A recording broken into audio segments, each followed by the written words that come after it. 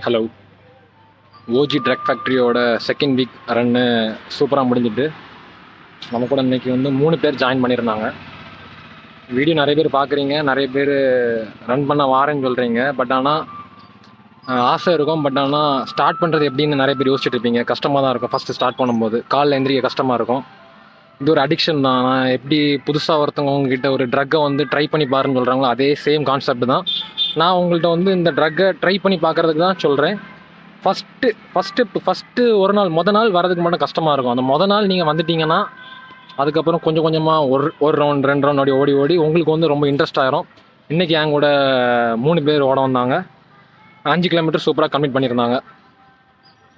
சிவந்தி கிரவுண்டில் வந்தால் ஒரு பெனிஃபிட்டு, 5 கிலோமீட்டர் ஓடினதுக்கப்புறம் நல்ல நாவப்பழம்லாம் கிடைக்கும், நல்லாயிருக்கும்.